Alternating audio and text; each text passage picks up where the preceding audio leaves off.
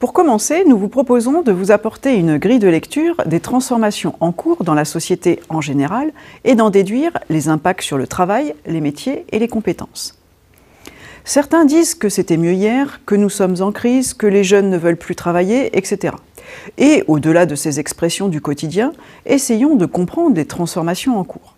Pour ce faire, nous allons décliner différents types de transformations et illustrer leurs possibles conséquences sur le travail en général. Une première transformation est liée à notre entrée dans un monde de l'événementiel.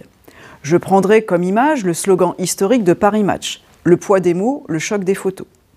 Nous sommes dans un monde où l'événement fait référence, qu'il s'agisse de la pression des journalistes pour être à l'affût du moindre scoop, ou de la starisation de chacun, soit au regard d'un exploit, d'un crime, d'une réussite quelconque. Tout le monde peut devenir la star de l'instant. Cette profusion d'informations, vraies ou fausses d'ailleurs, via les médias classiques mais aussi sur les réseaux sociaux, a pour effet de rendre potentiellement le commun des mortels dépendant de la dernière information ou lui donner envie de devenir cette star de l'instant. Alors, si cette société où il faut faire ou être événement se développe, elle impacte également la vie des entreprises. On voit ainsi se développer en interne, dans les organisations, le besoin de valoriser des collaborateurs, des équipes, des réussites.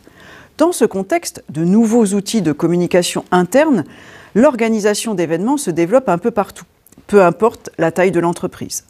Des stratégies de marque, employeurs et de marketing RH, autrement dit d'employeurs de référence, sont aujourd'hui en vogue, afin de se distinguer et de valoriser certaines pratiques managériales. Des métiers nouveaux, comme ceux de community manager, apparaissent également. Une deuxième transformation concerne le passage d'un monde totalement financiarisé à un monde où l'humain retrouve un peu sa place. Il y a encore quelques années, nous étions dans cette logique du tout financier. Aujourd'hui, quelques signaux faibles nous laissent penser que le financier a certes toujours son importance, mais qu'il est de plus en plus contrebalancé par une recherche d'humanisme. À titre d'exemple, de grands patrons qui décident de ne pas gagner plus de 5 fois le salaire de base, des personnes qui décident de changer de vie pour gagner moins financièrement, mais pour avoir une qualité de vie meilleure.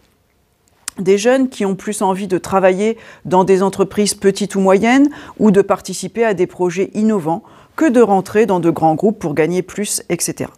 Ces signaux mettent en évidence un besoin de repenser les pratiques managériales pour être plus à l'écoute des attentes internes du personnel et de co-construire avec eux des solutions adaptées à chaque contexte. La troisième transformation est liée à la montée de la judiciarisation et de la normalisation. Tout devient juridique ou normatif, diront certains. En effet, le cadre réglementaire représente une contrainte dans bien des domaines de la vie courante. Et dans le monde des entreprises, des textes peuvent parfois se contredire entre eux et sont complétés par des normes nationales ou internationales qui peuvent, à première vue, représenter un cadre encore plus contraint pour l'exercice professionnel de son métier. Cette judiciarisation peut aussi pousser certains à adopter des comportements de contestation et de recours aux tribunaux pour des sujets qui, hier, auraient pu trouver des solutions négociées. Il y a donc lieu dans les entreprises de mesurer les impacts possibles de cette judiciarisation et de se tenir informé de toutes les normes sectorielles ou transversales. La quatrième transformation est relative à une société entre guillemets ubérisée ou entre guillemets là encore libérée. L'arrivée de l'opérateur Uber venant concurrencer l'organisation réglementée des taxis a été un des révélateurs de cette transformation de ce que nous nommons bien souvent business model, autrement dit modèles économiques. Un courant de pensée reprenant des idées et concepts de l'école des relations humaines s'est développé autour de cette idée d'une entreprise plus libérée. Par ces mots, il convient de retenir que tous les modèles économiques d'hier sont chahutés par le monde d'aujourd'hui, les concurrences accrues, les attentes renouvelées vis-à-vis du travail. Un monde du travail plus collaboratif, coopératif et centré sur une qualité de service serait donc attendu. Pour la cinquième transformation, nous nous intéressons à la transition numérique. Il y a souvent confusion entre l'outil et l'usage quand on parle numérique. En effet, un double mouvement est en marche, à la fois celui des innovations techniques et celui des changements de pratiques. Les deux sont indissociables, mais en pratique, on se rend compte que bien souvent, la fracture numérique se développe, car il n'y a pas assez d'accompagnement dans la pratique des outils numériques et des impacts sur les usages possibles. En résumé, ce n'est pas parce que vous allez équiper des commerciaux de tablettes qu'ils seront plus performants. Il est donc nécessaire, à la fois dans chacun des métiers, de faire de la veille sur toutes les innovations actuelles et à venir et d'accompagner les collaborateurs dans leurs compétences numériques et les usages qu'ils peuvent en faire. La 6e transformation est liée à la criminologie et à la montée des violences. De nos jours, tous les comportements déviants peuvent avoir des impacts aussi bien dans la vie de tous les jours que dans les entreprises.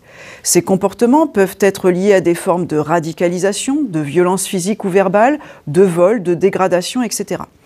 et conduisent à adopter à la fois des démarches de prévention et de mettre en place des protocoles adaptés. Le manager se trouve être une personne ressource dans l'entreprise pour appréhender ces sujets.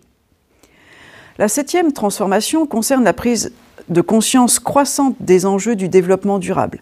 L'articulation des enjeux sociaux, économiques et environnementaux devient une norme. La sensibilité à la préservation des ressources et à des consommations plus respectueuses de l'environnement sont aujourd'hui dans les esprits. Dans l'entreprise, ces dimensions sont également présentes, tant pour les orientations business que pour les pratiques managériales. À titre d'exemple, les pratiques sur la mobilité des collaborateurs, leur temps et mode de trajet sont aujourd'hui des sujets importants. Enfin, la 8e transformation valoriserait une société plus hédoniste. Moi et rien que moi seul ou dans des communautés. En effet, aujourd'hui, dans un monde de plus en plus complexe et incertain, j'ai tendance à me recentrer sur moi et mon plaisir, et ce, seul ou dans des communautés choisies, mes amis sur Facebook, mes communautés liées à mes hobbies, par exemple. Dans la sphère du travail, cela signifie que le plaisir au travail réapparaît et les communautés métiers, les communautés d'apprentissage, de pratique sont à valoriser. Pour synthétiser, nous pourrions dire que cette transformation du monde, au sens d'un de nos grands sociologues français, Michel Maffezoli, nous invite à passer de l'individu, impersonnel, interchangeable, à la personne prise dans sa globalité et sa diversité.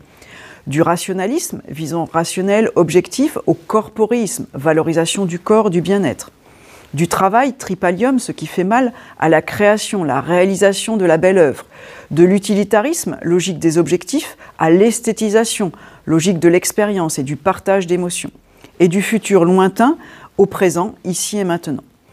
Si nous devions traduire cette grille de lecture dans les domaines du management, nous pourrions dire qu'il y a passage du rationalisme à la systémique, de la mécanisation-automatisation à l'innovation de plus en plus globale, de l'organisation fonctionnelle en silo à l'entreprise ouverte, libérée, du chiffre 1 au multiple, à la diversité, du temps long et statique au temps plus court et dynamique, d'un pouvoir centralisé à un pouvoir plus partagé, du modèle de l'ingénieur au modèle du manager, voire du gouvernant en interne et en externe, de l'administration du personnel à la GRH, puis de plus en plus au managing people, de la logique de poste à la logique métier, talent et mission, de la gestion des carrières au pilotage des trajectoires professionnelles.